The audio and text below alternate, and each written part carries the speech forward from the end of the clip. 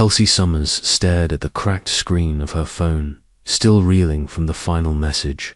"I'm sorry. I just don't think we're good for each other anymore." Typical 3 years together. And Tyler had ended things over text. The setting. Sun outside her bedroom window bathed the room in burnt orange light, but Kelsey felt nothing but grey. She sat cross-legged on her bed, hoodie sleeves pulled over her hands, her eyes stinging from tears she hadn't let fall. The silence was deafening until Violet burst through the door. "You didn't answer my texts."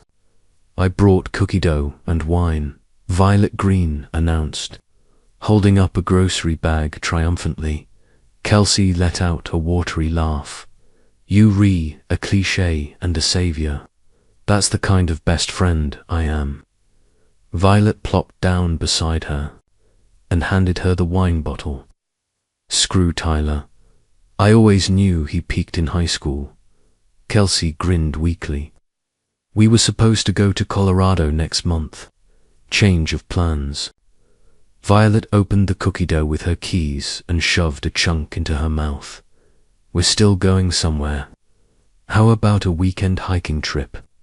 Clear your mind, get some fresh air, no Wi-Fi, no dumbass boyfriends." Kelsey hesitated. "You hate the outdoors." "I hate bugs, not you." Violet nudged her shoulder. "Come on. You and me, bestie bonding, nature's therapy." Kelsey considered it. No makeup, no drama, no Tyler, just trees, sky, and Violet. "Okay," she said softly. "Let's get lost in the woods." The trail was quiet, too quiet. Kelsey adjusted her backpack straps, glancing at the canopy above. Sunlight filtered through in golden shards as the girls trudged along a narrowing path, leaves crunching under their boots. "I'm sweating in places I didn't know could sweat." Violet groaned. "You said this would be fun," Kelsey reminded her. "I was emotionally manipulating you." Kelsey laughed, the first real one in days. "I needed that." They took a break by a shallow creek, sipping lukewarm water from reusable bottles.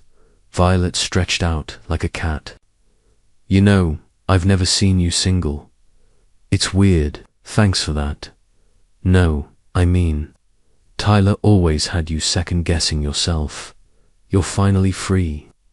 Kelsey plucked a wildflower from the bank. "I don't feel free. I feel untethered." "You'll find something better," Violet promised. "Or someone."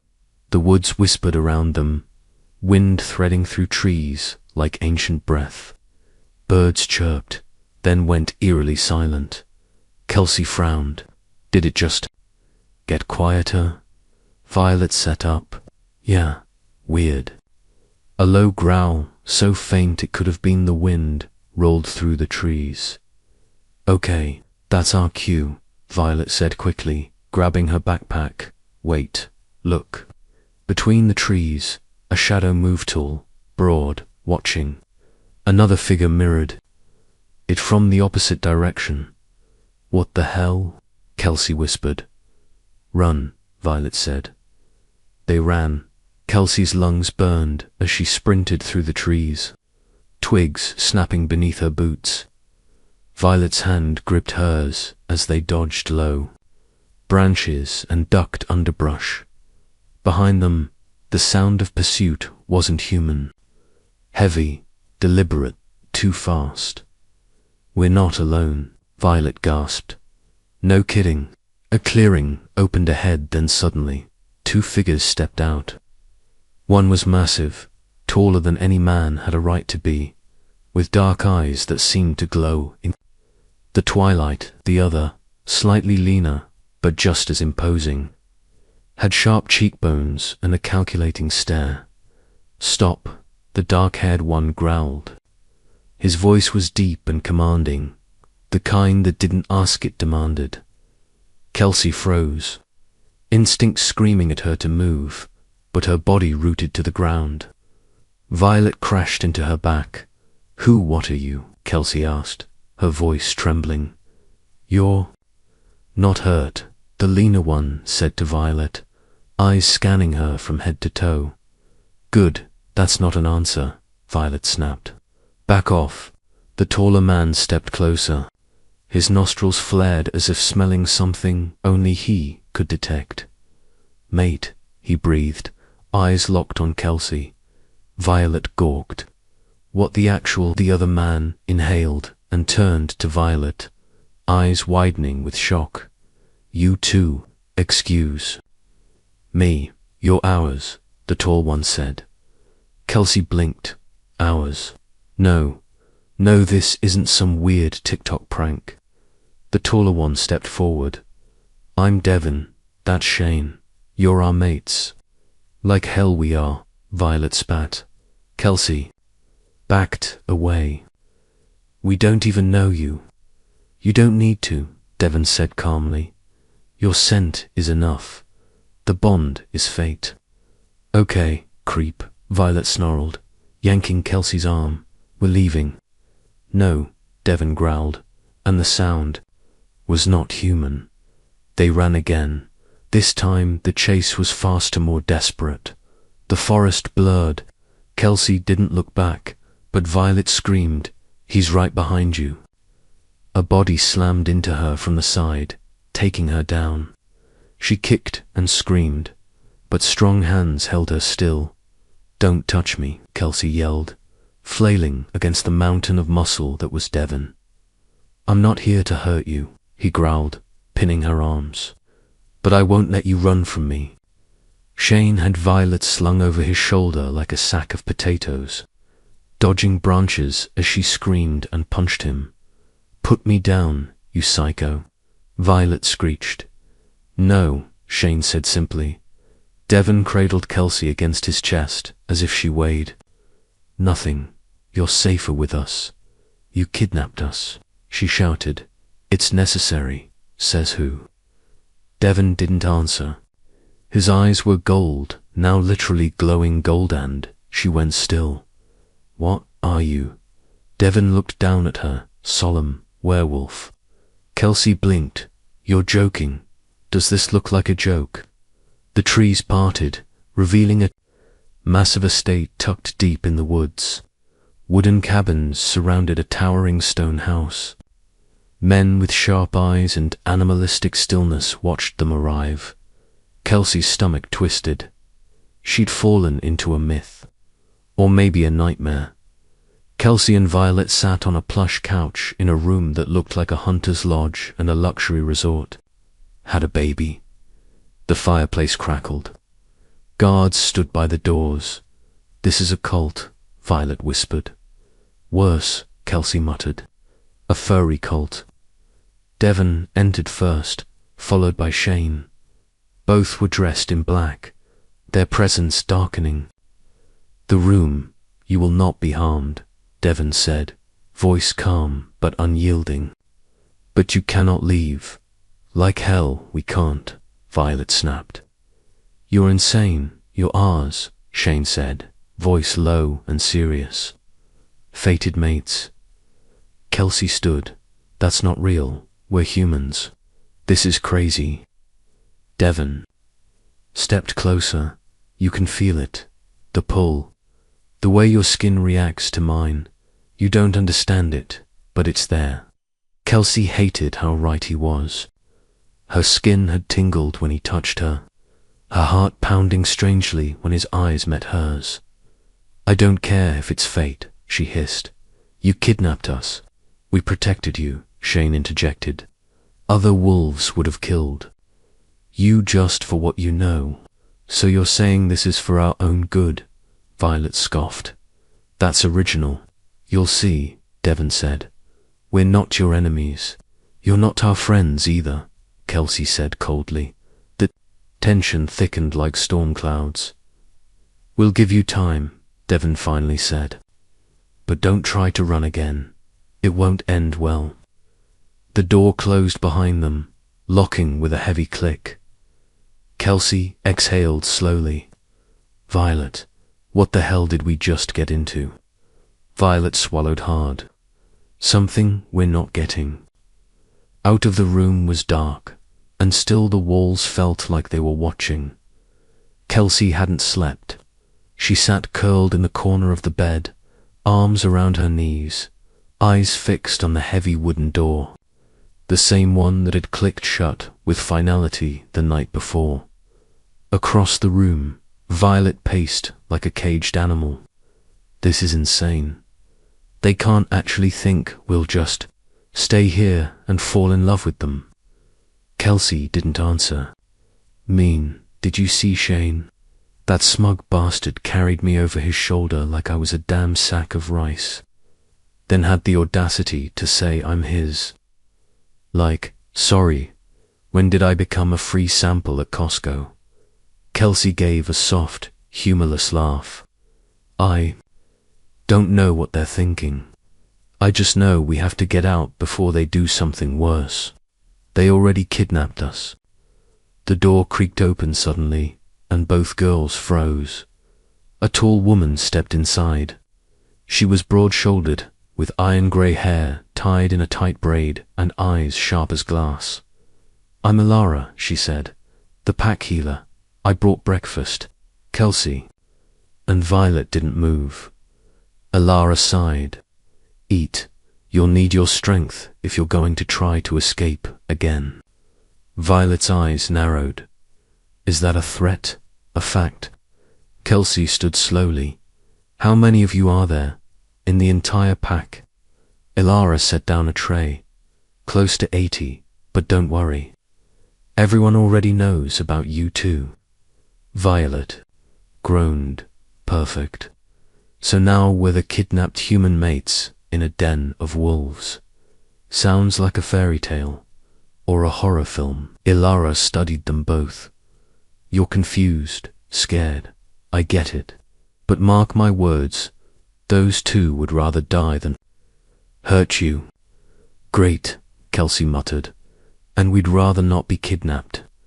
When Alara left, Violet pounced on the food. We'll need energy if we're going to outrun literal werewolves. They scarfed down bread, fruit, and some meat, then quietly made their plan, ran at sunset. When the guards would likely be changing shifts, they waited. Time dragged by the time dusk painted the sky. Kelsey had memorized every sound in the hall. When the footsteps paused, she yanked open the window shutters. Just outside trees, lots of them. If they could climb the ledge and drop down quietly. They might make it ready, Violet whispered. Kelsey nodded, her heart thundering. They climbed out. 10 minutes later, they were running barefoot through the woods, hands scratched, feet bleeding, breathing hard but free, until a howl split the air. Behind them, they didn't stop. Branches lashed at their faces as they ran deeper into the forest. Their only light was the fading moon above the treetops. Kels, look out. Violet shouted, but it was too late. Kelsey tripped, her ankle twisting painfully as she hit the ground. She bit back a scream. Shit, are you okay? Violet dropped beside her. No. My ankle, a growl echoed through the trees, and they both turned. Two glowing pairs of eyes emerged from the dark. Devin and Shane stepped forward, their shoulders heaving with restrained fury. You ran, Devin said, his voice low and dangerous. No shit, Violet snapped. You kidnapped us. You could have gotten hurt, Shane said, eyes fixed on her with an intensity that made Violet falter. She is hurt, Devin snarled. He dropped to his knees beside Kelsey, ignoring her flinch. His hands hovered over her swollen ankle. Don't touch me, she said, but her voice trembled. I won't hurt you, he murmured. I promise. Something in his tone was differentiated, almost pleading. She didn't stop him when his hands gently closed around her ankle. A faint golden light shimmered from his palms, and the pain faded instantly. Kelsey blinked. What did you just healing touch? A perk of the bond, Devin said, not meeting her eyes. You don't own us, Violet hissed, stepping between Shane and her friend. No, Shane said quietly, but the bond does. You feel it too. That pull, that heat, it's not one-sided. Violet's jaw clenched, but she looked away. You shouldn't have run, Devin said again, his eyes finally meeting Kelsey's. Not because of the bond, because there are other wolves. Not all of them would stop at claiming. What does that even mean? Kelsey asked, feeling cold despite the heat in his stare. Devin stood. It means you're ours. And if you leave this territory again, others will hunt you. Shane nodded, and they won't ask first. The pack house buzzed with tension as Devin and Shane returned with the girls. Kelsey limped slightly despite the healing, and Violet walked beside her like a bodyguard. As they stepped through the wide double doors into a large hall, voices quieted, and stares followed. Kelsey leaned toward Violet. I hate this. Same. Feels like we're being judged like cows at a county fair.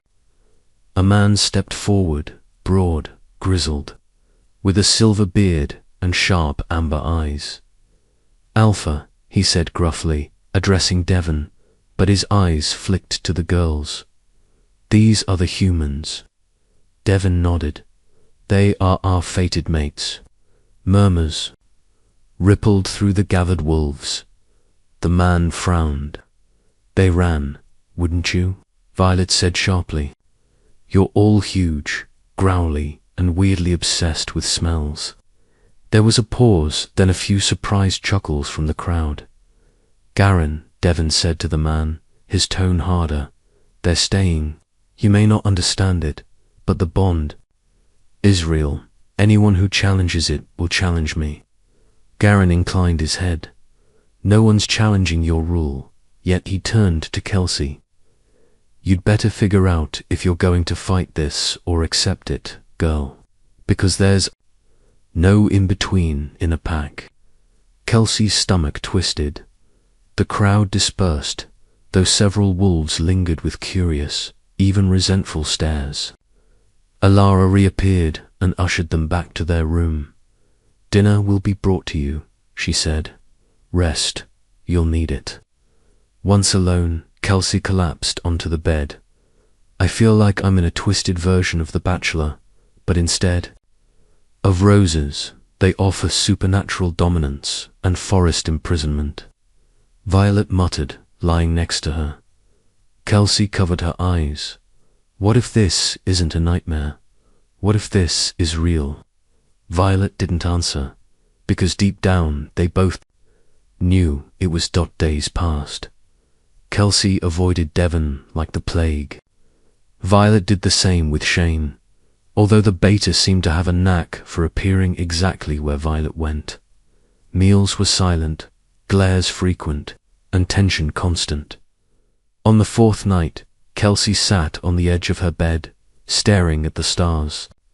Beyond the window, the door creaked and in walked Devin. I didn't say you could come in, she said flatly. You didn't lock the door, he replied, stepping in anyway, because there's no lock. He paused. Fair, she stood. What do you want? You haven't asked questions. I've had plenty of answers shoved down my throat. You haven't asked me, he said, what I want, how I feel, why I haven't marked you yet. Kelsey folded her arms. Because you know I'd hate you for it. He nodded. Yes, but also because I want you to choose me. She blinked. I'm an alpha. I've fought wars, killed threats, protected this pack for 10 years. But I've never wanted anything like I want you, Devin said quietly, and it's driving me insane. Kelsey looked away. You don't get to claim me just because the universe matched us. I'm not claiming, I'm waiting. A beat passed. His voice softened. You've been hurt before. She flinched. Don't bring Tyler into this. I'm not, but I see it. The way you keep people out. Kelsey's voice broke. You took me from my life. You broke everything I thought was normal. Of course, I'm keeping you out. I'll earn my way in, he said, and walked out. Kelsey stood alone in the silence, heart pounding, and hated that part of her, wanted him to come back. Violet sat on the porch of one of the cabins, arms wrapped around her knees. Shane was a few feet away, pretending to sharpen a blade, though she could feel his eyes on her. Stalking is a crime, you know, she said. You're outside alone. I'm watching your back. I don't need a bodyguard. Shane stood slowly. You may not want me, Violet, but your scent says otherwise. Oh, that's flattering, she said dryly. Now you're sniffing me like a bloodhound. He stepped closer.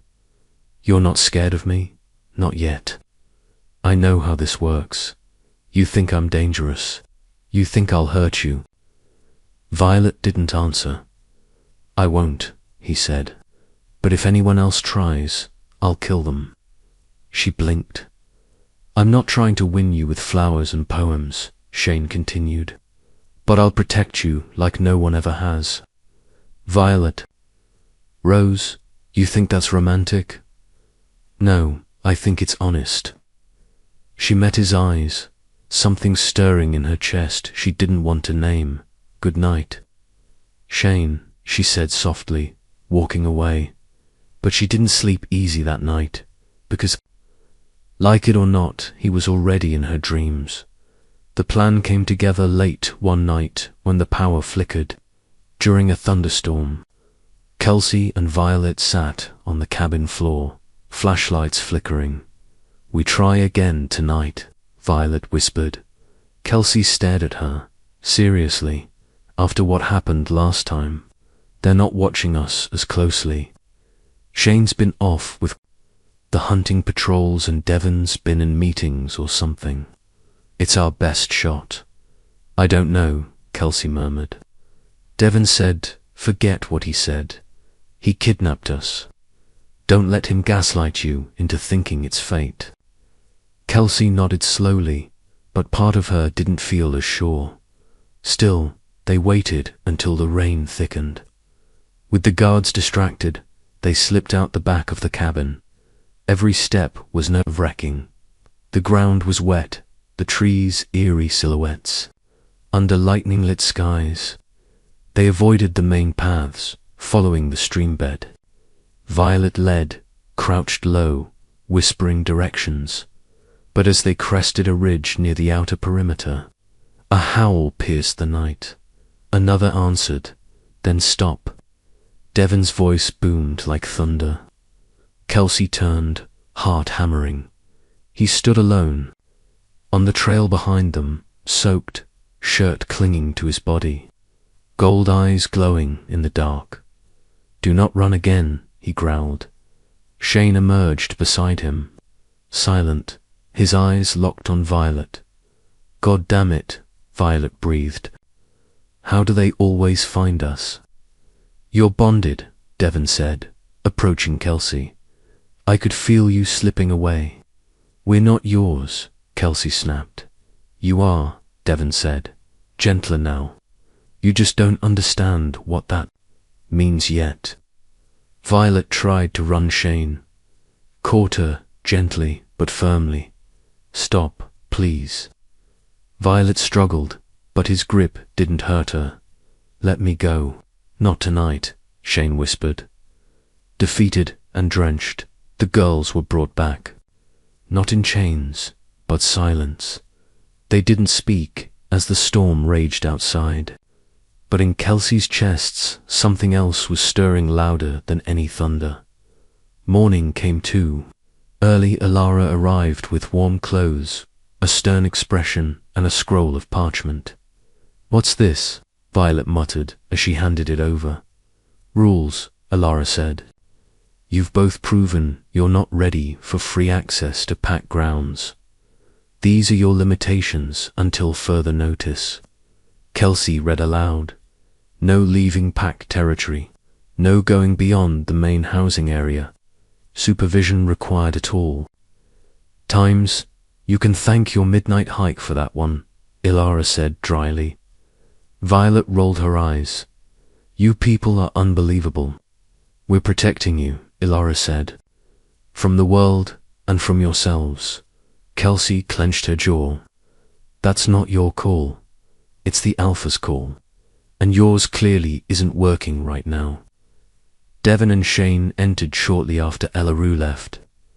Devin leaned against the doorway, eyes scanning Kelsey's face. I meant what I said last night. You're not prisoners, but you're not safe outside our borders. Because of what Kelsey challenged. Other wolves, hunters, fate. Pick one. Try all three, Shane said, stepping toward Violet. And maybe throw in your own stubbornness. She scoffed. You're a real charmer. You don't need charm, he said flatly. You need truth. You're not human anymore, Violet. Not completely. The bond's changing you whether you accept it or not. Both girls went still. What did you say? Kelsey asked slowly. Devin stepped forward. Your bodies are adapting. You might not shift, but your senses will sharpen. Your instincts, your healing. You'll become like us, just slower. And if we say no, Violet whispered. Shane's voice was quiet. It doesn't matter. It's already started. Kelsey snapped that afternoon. It started when Devin followed her to the gardens, silent as a shadow. Don't you ever stop hovering, she snapped. I'm keeping you safe. You're keeping me trapped. She whirled on him, fury bubbling over. You think you're protecting me by dragging me into some backwoods supernatural dating hell. I had a life. I had friends, plans, a future, and you ripped me out of it. Devin didn't flinch. I didn't choose this. You didn't. Stop it, either. No, he admitted. Because the moment I scented you, my world realigned. You became the center of it. That's not romantic. That's obsession. It's instinct, he growled. And you feel it too, don't lie. I feel angry. I feel violated.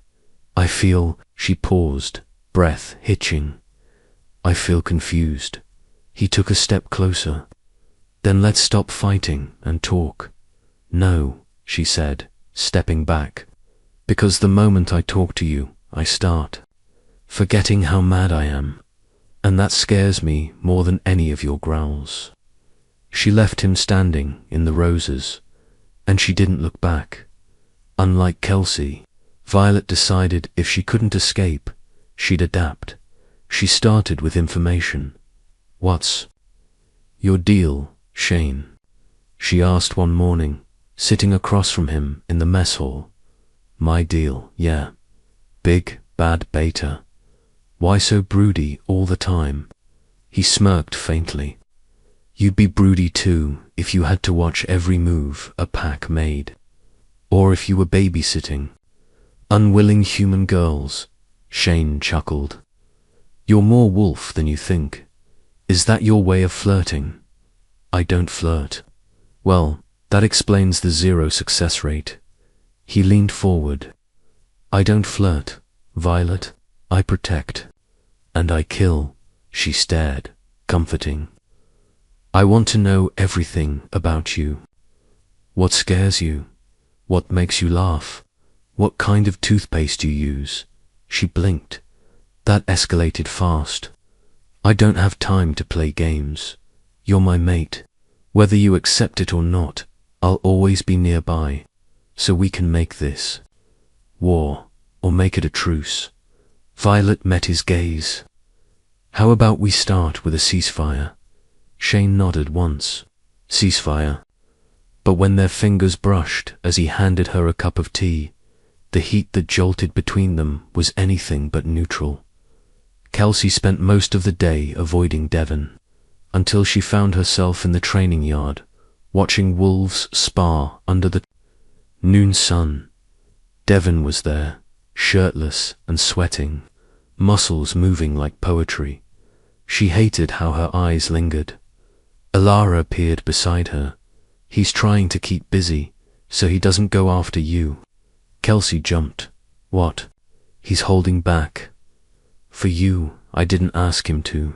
No, but you needed him to. There's a difference. Kelsey crossed her arms.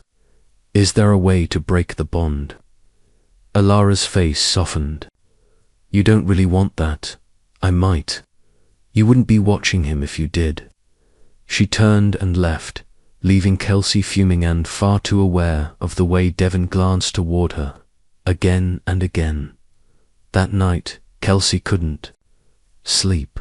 Her skin felt hot, her heartbeat erratic. She stepped outside, needing air. She wasn't surprised when she found Devin leaning against the porch rail. Can't sleep? He asked, too much thinking. He nodded. They stood in silence until Kelsey whispered, What happens if I never accept this? You'll never be whole, he said, and neither will I.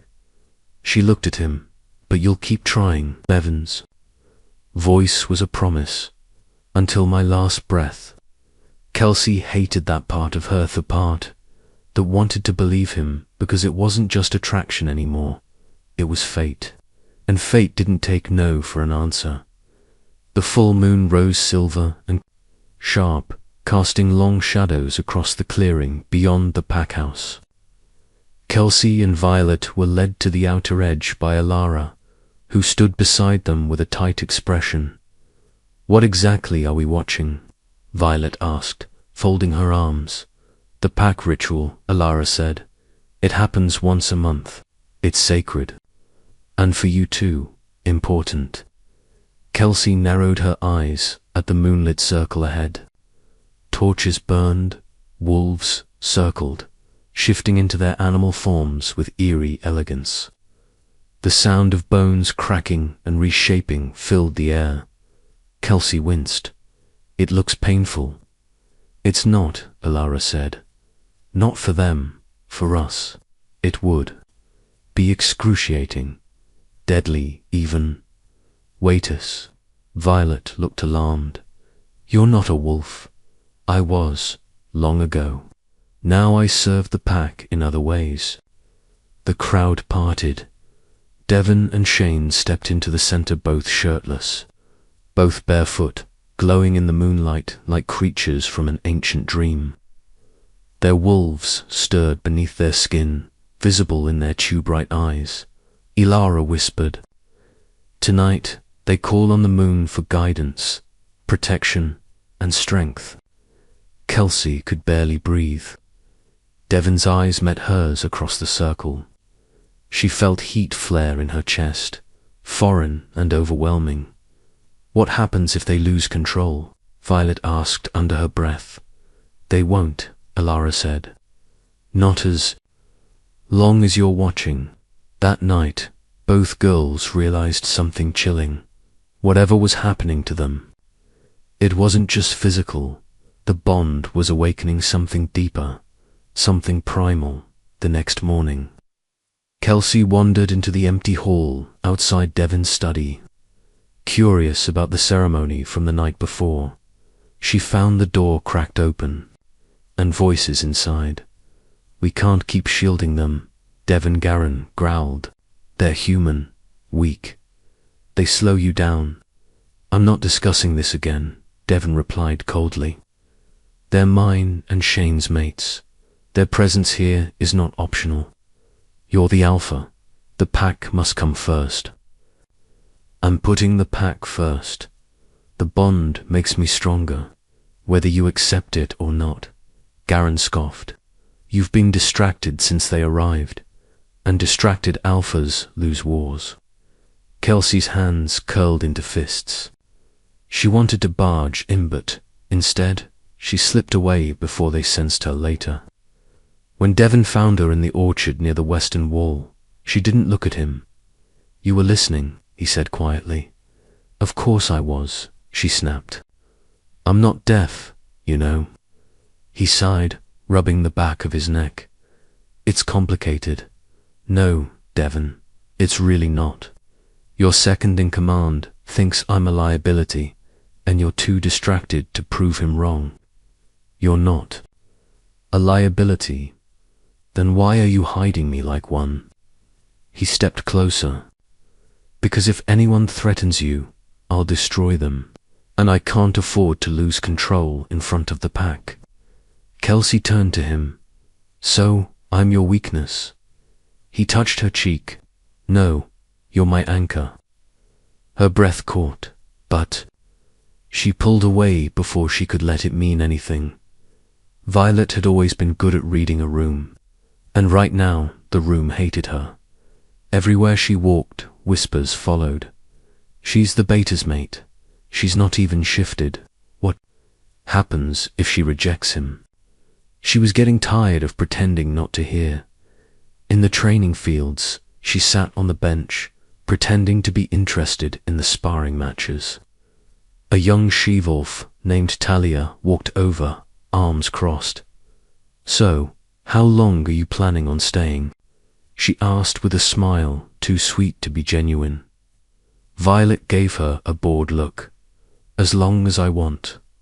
"Why?" Talia shrugged.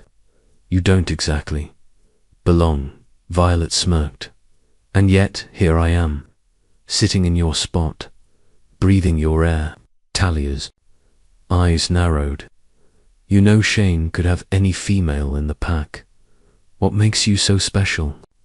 "You'd be surprised," Violet said, standing slowly. "But then again, it's not your business, is it?" Before the conversation could escalate, Shane appeared. "Talia, don't test my patience," he said, voice flat. The she-wolf glared at Violet, then walked away. "Thanks," Violet muttered. Shane's jaw ticked. "You don't need saving." Sure felt like it. He looked at her, then really looked. "You're tougher than most wolves I know, including some betas." Violet blinked. Was that a compliment? He smiled slightly. "Don't get used to it." But she felt it. Something shifting, not just between them, but inside her. A part of her was starting to believe she could belong. That night, Shane asked Violet to walk with him into the forest beyond the northern ridge. "Why so far?" she asked. "I want to show you something," he said. They walked in silence, the air cool and sweet. Eventually, they reached a large triscard, bark blackened in a lightning strike. "I shifted here for the first time," Shane said, "when I was 13. Violet stepped closer. "Is that young? For a beta? No. But I wasn't ready. I lost control. I hurt someone." He didn't elaborate, but his voice dipped into something dark and buried. "She lived," he added, "but she didn't speak to me again. My father made me stand here until sunrise, said I had to learn what I'd become." Violet touched the tree trunk gently. "You've changed, have I?" She looked at him. "You haven't hurt me." Shane's gaze dropped to her lips. "I don't want to." Violet's heart pounded. "But if someone else did," he continued, his voice low, dangerous, "I'd lose control again." Violet swallowed. "That's not normal." He leaned closer. "Neither is this bond." And for the first time, Violet didn't step away when he touched her cheek. The peace didn't last. 2 days later, Kelsey discovered the mark. She had just gotten out of the shower, toweling off, when she saw it in her collarbone, faint but unmistakable. A curved symbol etched into her skin like an old burn. She froze when Devin walked in minutes later. Her expression stopped him cold. "What's wrong?" "This," she hissed, pulling the towel aside. "What the hell is this?" His face shifted subtly. It's a claim mark. I never agreed to be marked. I didn't do it fully, he said. It's the bond. It's starting to show. It's not a bite. I haven't completed anything. Then how is it? There, it happens when the connection deepens. Kelsey backed away. Without my consent. No, Devin said quickly. Not like that. It's your body responding to me, to us. Kelsey's voice cracked. I didn't choose this. Devin's face broke. Kelsey, no, she said. You said you'd wait. But my body's making decisions without me. I'm not controlling it, but you're not stopping it either. She shoved past him, heart splintering, and Devin stood alone, realizing too late that patience wasn't the same as trust, and he was losing both. Kelsey didn't speak to Devin for 2 days. She ate in silence, kept to herself during training, and ignored him even when he stood a few feet away. The atmosphere in the pack house was thick with unspoken tension. Even Violet noticed. You can't avoid him forever, Violet said, handing Kelsey a piece of bread during breakfast. Watch me, Violet sighed. I get it. You feel like your body betrayed you. Kelsey's eyes darkened, because it did. He didn't mark you without permission. But I didn't give it either, Kelsey. Snapped, then paused, voice softer. And the worst part is I keep thinking about him, about how he smells, about how safe I feel when he's near. That's not natural, Vi. It's the bond, Violet said. But maybe it's also you. Kelsey shook her head. I don't know where he ends and I begin anymore. Later that evening, Devin found her alone in the greenhouse, her fingers playing absent-mindedly with a wilted leaf. You're still angry, he said gently. I'm still trying to figure out if you deserve to be forgiven. He stepped inside, but kept a respectful distance. I didn't expect the mark. I'd have warned you if I knew it would appear so soon. I don't want my body to make decisions before my heart does, she whispered. I want both, he said, but not until you're ready. She looked up at him, eyes wary. Then stop acting like I'm already yours. His voice was quiet. I am yours.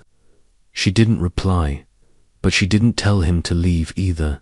Inside the war room, tension simmered like a storm on the horizon. Devin sat at the head of the table, surrounded by senior wolves, including Garen and Alara. Maps of territory borders were pinned to the table, red markers showing increased rogue activity. They're testing us, Garen said grimly. Too many sightings near the southern ridge. It's not random. Devin's jaw clenched. They know the bond's been formed. They're probing our defenses. You said the humans are off limits, Garen continued, tone clipped. But they're a target now. Rogues don't follow tradition. Then we strengthen patrols, Devin said. Double the perimeter guards. And what if the rogues come for the girls? Garen asked bluntly. A tense silence filled the room. They won't get that far, Shane said from the corner, voice quiet but final. Garen looked between the two men. I hope you're right. As the council adjourned, Alara lingered behind with Devin. She's starting to feel it, she said. The mark, the pull. She's on the edge. I know, Devin said, rubbing the back of his neck. But she doesn't trust it yet. Or you. Devin's voice was low. I don't want a mate who fears me. Then prove she shouldn't. Alara said simply. No more chasing. Let her come to you. Violet had always been quick on her feet, sharp-tongued and fiercely independent. But when she followed Shane on an evening patrol against his wish, she learned just how unprepared she still was. The rogue came out of nowhere, tall, lean, and wild-eyed. Shane reacted instantly, slamming into the rogue and tackling him into the underbrush. But Violet didn't move fast enough. The rogue's claw grazed her upper arm before going down. Blood soaked her sleeve. Violet, Shane's voice cracked as he dropped to her side. "Let me see, I'm fine," she gritted. "You're not fine." He tore her shirt sleeve open, pressing his hand against the gash. "Stupid, you shouldn't have followed me, and you should have told me what it was really like out here," she snapped. He looked furious and terrified. "Don't ever do that again," he growled, but his touch was gentle, reverent, as he lifted her into his arms and sprinted back to the pack house. Ilara met them in the hall. "She's lucky, it's shallow. She's still bleeding," Shane said, voice shaking. Ilara raised a brow. "Beta, call me." Later, in the healing chamber, Violet lay on a cot as Shane sat beside her, jaw clenched. "You scared the hell out of me," he murmured. "You said I was tougher than most wolves." He met her eyes. "I lied. You're tougher. But that doesn't mean I won't lose my mind if something happens to you." Her breath hitched. "You can't protect me from everything. I'll die trying." That night, Kelsey couldn't sleep. The wind howled outside her window, branches scraping against the glass like claws. She lay awake in the dark, her heart pounding not from fear, but confusion. She felt it, the bond, the way it pulled at her chest, like a rope tied between her ribs and Devin's. She got up and wandered through the silent hallways, drawn toward a faint light flickering under Devin's study door. She didn't knock. He looked up as she entered, his expression unreadable. "Can't sleep?" he asked. "No, me neither." She walked in slowly, her eyes scanning the room. Papers, maps, old books. The air smelled like cedar, leather, and him. "I feel like I'm losing myself," she whispered. Devin stood, coming closer, but he didn't touch her. "You're not losing anything," he said. "You're becoming more. More of what?" "More of who you are. The bond doesn't erase your past, Kelsey. It writes a new future with it." She stared at him. "And what if I don't want you in that future? I'll still want you in mine." That broke something in her. She stepped forward, laying her hand against his chest. His heart pounded hard beneath her palm. "I don't know if I can give you what you want," she whispered. "I'll take whatever you give." And for the first time, she let him kiss her the next day. Everything was different. Not outwardly, no declarations, no celebrations, but everyone could feel the shift. Devin and Kelsey moved closer. Shane and Violet no longer avoided each other's eyes. Even Garen noticed. "They're bonding," he told Ilara quietly. "The pack feels it." Ilara nodded. It was always just a matter of time. Still, not everything was resolved.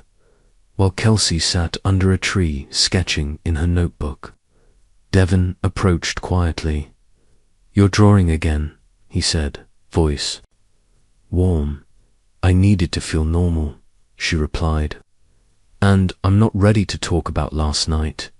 I'm not asking you to." She looked up. "You're really okay with that? I told you. I'll take whatever you give." A pause passed. "Between them, you scare me," she said finally. "I scare myself," he admitted. "When it comes to you," she smiled faintly. "That's fair." Meanwhile, Violet found Shane in the training yard. "I'm not fragile," she told him. "I won't stay locked in a room while you fight." "Then train with me," he said. "Learn to protect yourself." She blinked. "Seriously?" He nodded. If you're going to be my equal, then act like it. She smiled, and the storm between them, after weeks of chaos, finally began to clear. The stranger arrived at dawn. Kelsey was sipping tea by the main cabin window, the sun barely breaking over the tree line, when a howl echoed from the front gates. A patrol escorting a tall, raven-haired woman with striking green eyes appeared moments later. Kelsey and Violet stepped outside. "Who's that?" Violet asked. Ilara joined them from the eastern wing, her face unreadable. "Her name is Maris. She's from the North Hollow Pack. She requested an audience with Devin, alone, and we're just letting random she-wolves walk into the territory now," Violet said. "She's a former ally," Ilara replied. "Her father served as one of Devin's mentors." Kelsey watched as Devin approached Maris near the front clearing. The woman threw her arms around him without hesitation. A sharp pang twisted in Kelsey's gut. Shane walked up behind them, arms crossed. "Maris is a trained warrior. She's fought in 2-pack wars. She's not here for tea." "Then why is she hugging?" "My mate," Kelsey asked, voice cool. Shane blinked at her. Violet grinned. "So we're using my mate now, huh?" Kelsey flushed, but didn't back down. The girls watched Maris lean in and whisper something to Devin. His expression darkened, and he nodded. "She brings news," Ilara murmured, "and I doubt it's good." Later that day, Devin returned to the main house. Kelsey was waiting. "She's still here?" she asked, arms folded. Devin nodded. "She brought information about the rogue uprisings near the northern border. It's worse than we thought. She seemed ... familiar. She trained with us when we were younger," he said, "before she transferred to her father's pack. And you were close." Devin tilted his head. "Yes, but not like that." Kelsey bit her lip, suddenly embarrassed. "I'm not jealous. I didn't say you were." He stepped forward and cupped her face, brushing a thumb across her cheek. "You don't need to feel threatened by anyone. You're not just my mate, Kelsey. You're the mate. The only one I've ever waited for." Her breath hitched. "Then don't keep things from me." "I won't." They stood in silence, hearts pounding. Meanwhile, Maris sat with Shane and Ilara in the war room. "She's not like other humans," Maris said, referring to Violet. She defended Shane in front of Garen's enforcers. It was bold. "She's not afraid," Shane said simply. Maris gave him a small smile. "You've changed, Shane." "People do," he replied, "when they have something to lose." 3 days later, it happened. Kelsey and Violet were out with Ilara, collecting herbs in the Western Grove, accompanied by 2 young warriors, Darren and Lana. The group kept close together, but the trees grew denser the farther they walked. Violet plucked a sprig of mint. "This forest is way too quiet." Kelsey nodded. "I've felt it since we stepped in." Ilara froze mid-step. "Everyone, stop." A rustle from the trees, a growl, then dash chaos. 3 rogues sprang from the underbrush, eyes wild, claws slashing. Darren leapt forward, shifting mid-air and tackling one to the ground. Lana screamed and shifted too, pushing Violet behind her. Kelsey barely had time to react before one of the rogues charged at her. She cried, but Ilara had already moved. With shocking speed, the older woman threw a blade straight into the rogue's side, dropping him in one hit. "Kelsey, run!" Ilara shouted. She didn't run. Instead, she grabbed a branch and swung it with all her might at the attacking wolf. The crack echoed on to everyone's surprise. The rogue dropped unconscious. Violet crouched beside Lana, who was bleeding but still upright. Seconds later, Shane and Devin arrived in a blur of speed and fury. The remaining rogues were dealt with in less than a minute. When it was over, the clearing smelled of blood and sweat. Devin rushed to Kelsey, grabbing her by the shoulders. "Are you hurt?" "No," she said, shaking, "but I should be." His eyes scanned her body. "You fought." "I didn't think," she said. "I just reacted." He stared at her for a long moment. "Your instincts are changing." Beside them, Shane knelt by Violet, his face pale. "You okay?" he asked quietly. She nodded. "Yeah, I didn't freeze this time." "No," Shane said. "You didn't."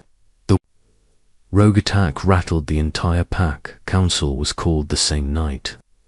Devin stood at the head, with Shane beside him and Kelsey sitting quietly at the edge. Violet sat beside her, arms crossed. Garen stood slowly. "This proves what I've been saying. The rogues aren't aimless. They're targeting the girls." "They were with pack members," Shane said, "and yet they weren't enough to keep them safe." Garen countered. "Darren and Lana did their job," Alara said. "If it hadn't been for Kelsey's reflexes..." "That's exactly my point," Garen snapped. "Her reflexes shouldn't be relied on. She's not trained." "I will be," Kelsey said suddenly. The room turned to her. She stood. "If I'm going to be in danger no matter where I go, then I want to fight. I want to train." Devin stared at her. "I'm done waiting for someone else to save me," she added. Garen's lips twitched. "At least she's got fire." After the meeting, Devin walked her back to her room. "You meant what you said. Every word. I'll train you myself," he said, "but it won't be easy." She smiled faintly. "I wasn't expecting easy. I was expecting worth it." Training began the next morning. Devin had Kelsey in the clearing before sunrise, moving her through basic stances and evasions. She fell more than once, but got up every time. "You're stubborn," he said, breathing hard, "just meeting expectations." She replied, panting. Meanwhile, Shane sparred with Violet in the yard. "Block higher," he instructed. "Good, now again." Violet wiped sweat from her brow. "I hate you a little right now." "Good, that'll help." Maris watched them. From the balcony above, arms folded. "They're adapting faster than I thought," she said to Alara. Alara nodded. "The bond accelerates everything. Strength, recovery, instincts, and loyalty." Alara gave her a sharp look. "That's earned, not bonded." That evening, Kelsey sat on the porch with Violet. "We're not the same girls who got dragged through the forest that day," Kelsey said. "No," Violet agreed. "We're worse. Now we're dangerous." They both laughed. Devin stepped onto the porch, his hand brushing Kelsey's as he passed. Shane followed, tossing a water bottle. To Violet, "You survived day one," he said. "Barely." Kelsey leaned against Devin. Violet leaned against Shane.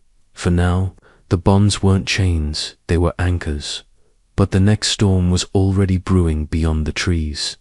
The morning after the rogue attack, Kelsey woke to soreness in her arms and a pounding ache behind her eyes. But more than anything, she felt the unmistakable pressure in her chest, again a soft, burning pull toward something or someone.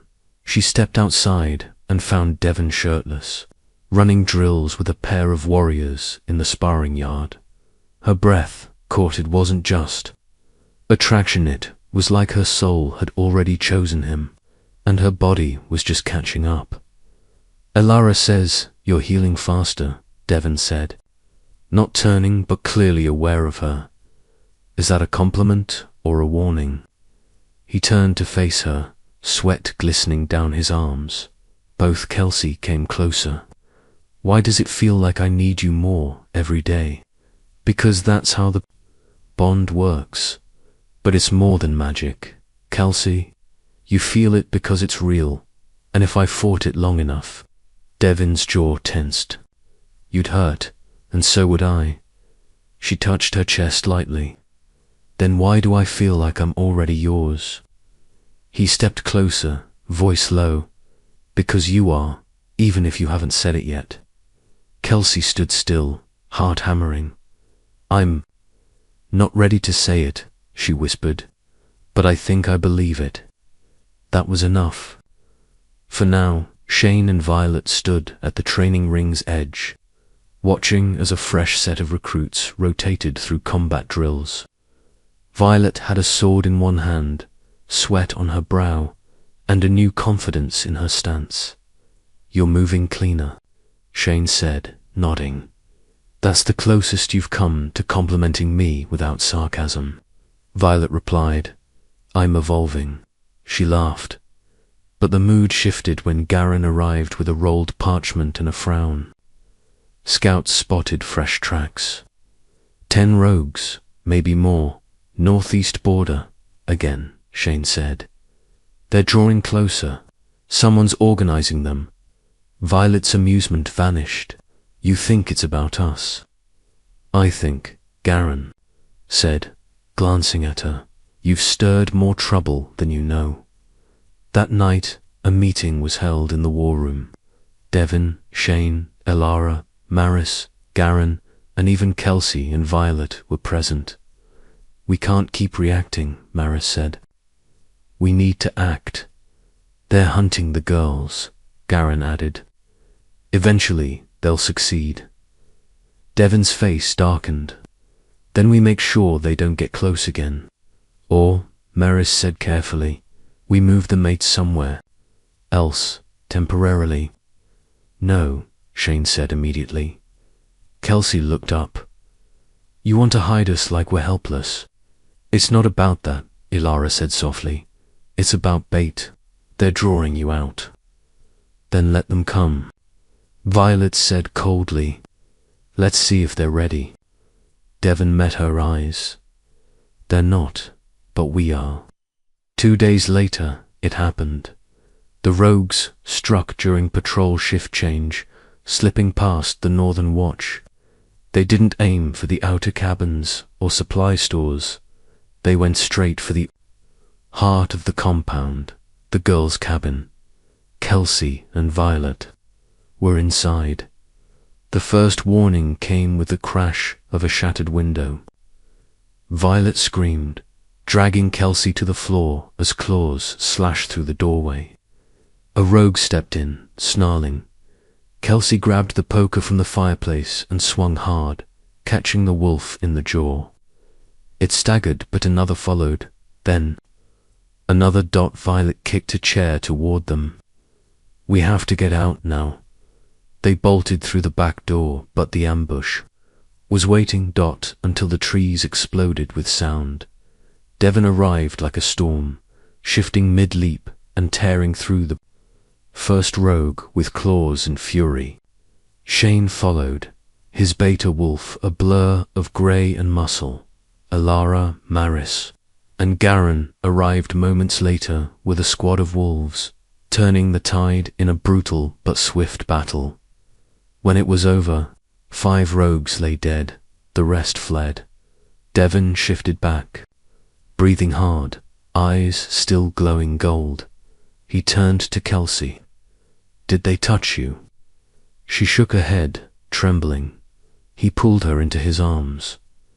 I almost lost you. You didn't, she whispered. Because you came. Behind them, Shane. Checked Violet for injuries. You okay? He asked, voice low. She nodded slowly. Not even a scratch. His eyes softened. That's all I care about. The bond no longer whispered. It roared. Kelsey sat at the edge of Devin's bed, heart racing, lips still burning from the kiss they'd shared in the corridor after the attack. Something had shifted irrevocably. I should be angry, she murmured. He knelt in front of her. Why? Because I told myself I'd never fall for someone who tried to control me. I'm not controlling you, he said, voice tight. I'm trying to deserve you. Kelsey's breath hitched. Then don't ask. Take it. He blinked. What? She leaned forward. I'm ready. Devin didn't move for a moment, unsure if she meant what he thought she meant. But then she reached out and placed his hand over her, mark the faint curve on her collarbone. I trust you, she whispered. Claim me. The silence between then broke with the sudden, scorching flare of power. Devin's lips found her neck, and when his teeth grazed her skin, the world went white-hot. She didn't scream, she surrendered, and when it was over, the mark was no longer faint, it glowed outside. The room, the pack felt it ripple through the bond. She was no longer just his mate, she was his Luna.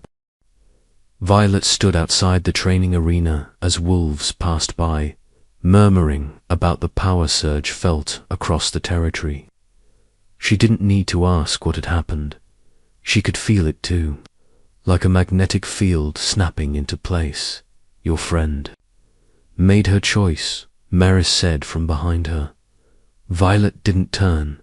I know, and you. Violet exhaled. I'm not Kelsey. I don't fall fast. I don't trust easily. I don't think Shane wants you to. I think he just wants you exactly as you are. Later that night, Shane found her on the balcony overlooking the eastern forest. I thought you'd be sleeping, he said.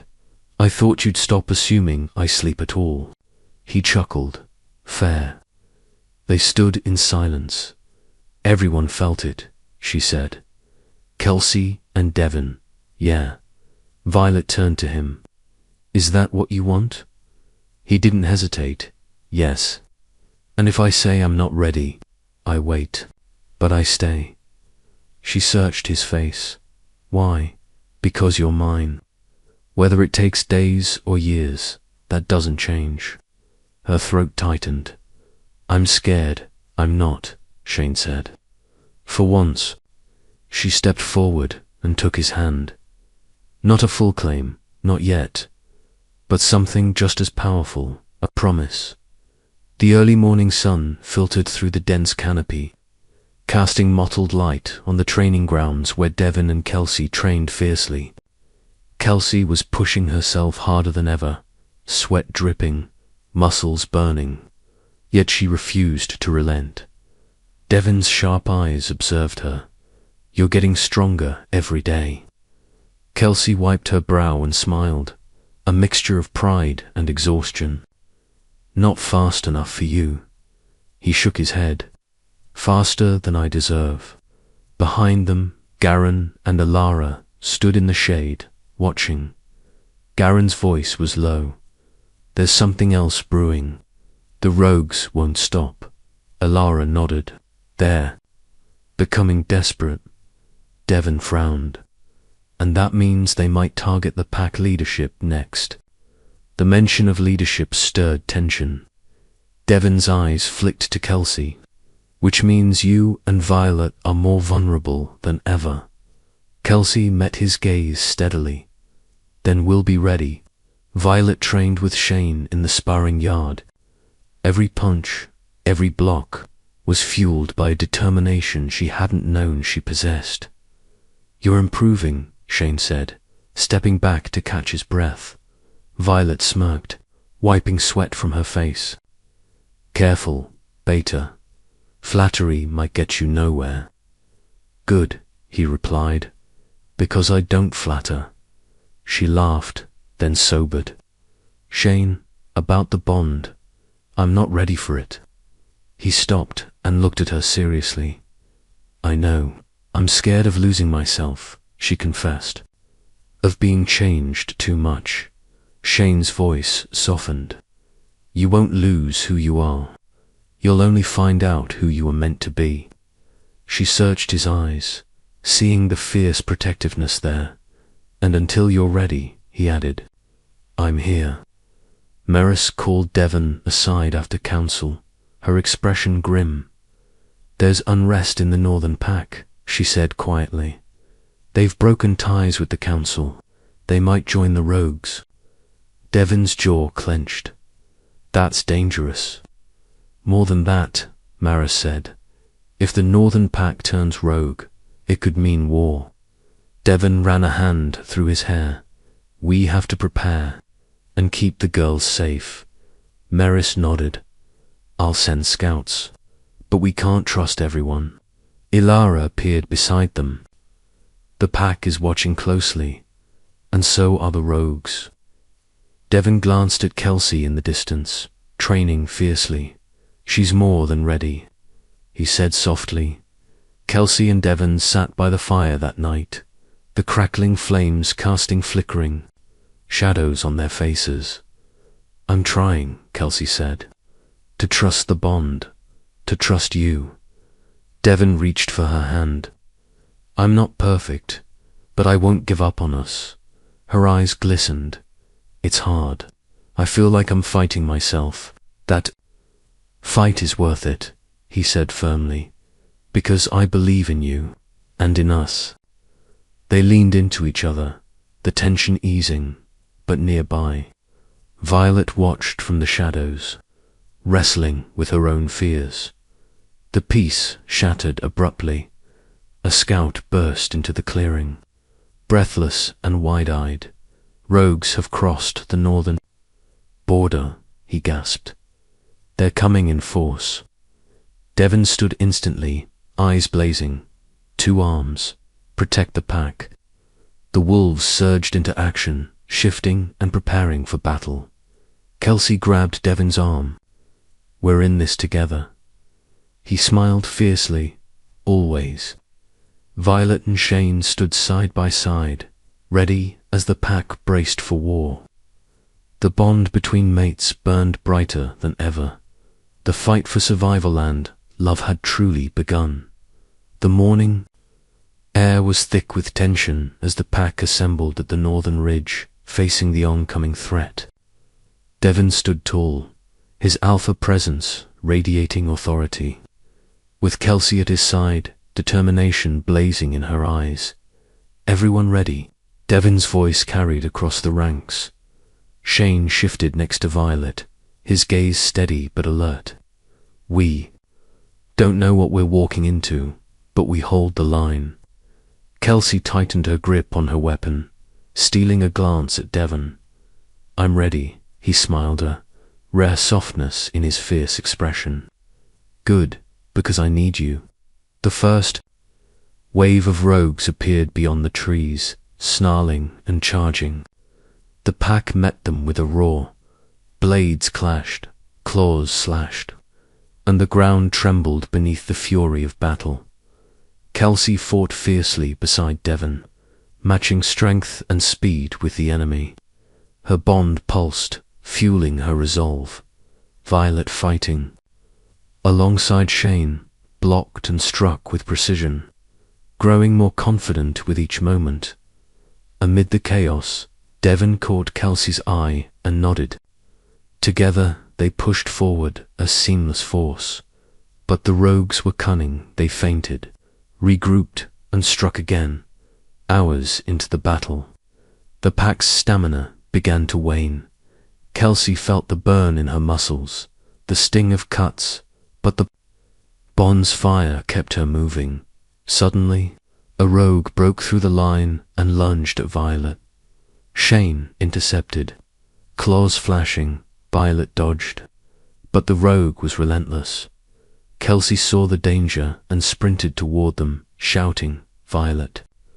The rogue twisted, aiming to strike Kelsey instead. Devin caught the attack mid-air, throwing the rogue back with brutal force. Stay close, Devin barked.